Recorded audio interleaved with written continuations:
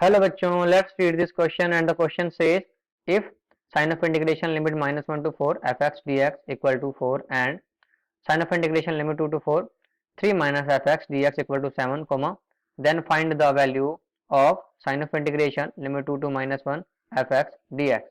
The key concept for this particular question is key concept.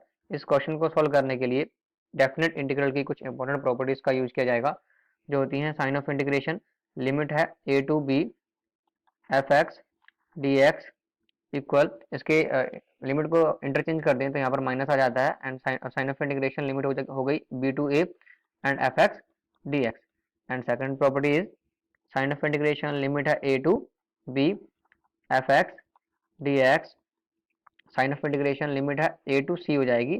a और b के बीच में अगर एक और इंटीजर लाई करता है c तो इस तरीके से उसे लिखा जाता है तो f x d x plus sign of integration limit है c to b and f x d x. तो चलिए यहाँ स्टार्ट करते हैं। हमें फाइंड करना है sign of integration to limit two to -1 f x d x. इसको इस प्रॉपर्टी के थ्रू मैं इस तरीके से लिख सकता हूँ equal to sign of integration 2 to 4 f x d x and plus sign of integration यहाँ आ जाएगा 4 to -1 f x d x. तो इस इक्वेशन 1 लेट कर लेते हैं। यहाँ इनकी दो जो इंटीग्रेशन है इनकी हमें वैल्यू को फाइंड करना है एंड देन इसमें पुट कर दें।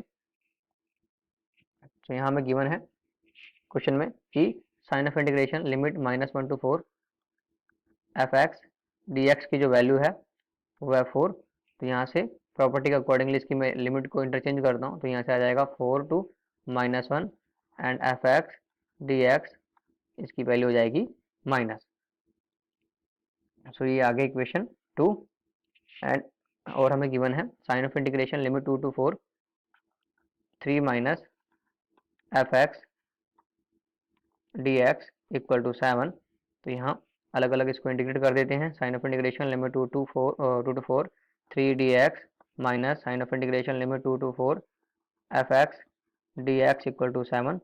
यहाँ से आएगा 3x और इसकी लिमिट है 2 to 4 minus sign of integration limit है 2 to 4 and f x d x equal to 7 और यहाँ से आ जाता है 4। इसके upper limit and lower limit की वैल्यू को पुट करते हैं 4 - 2 हो जाएगा minus sign of integration limit 2 to 4 f x d x equal to 7 and यहाँ से आएगा 2 और 3 2 6 हो जाएगा minus sign of integration 2 to 4 f x d x equal to 7 और 6 इसमें प्लस है राइट हैंड साइड में जाएगा तो माइनस का हो जाएगा -6। तो यहाँ से आ जाता है sign of integration limit 2 to 4 f x d x की जो वैल्यू आती है वो आती है -1। तो ये आ गई मेरी equation number 3।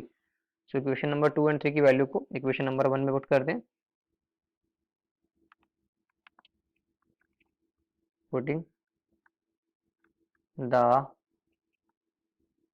Value of equation 2 and 3 in equation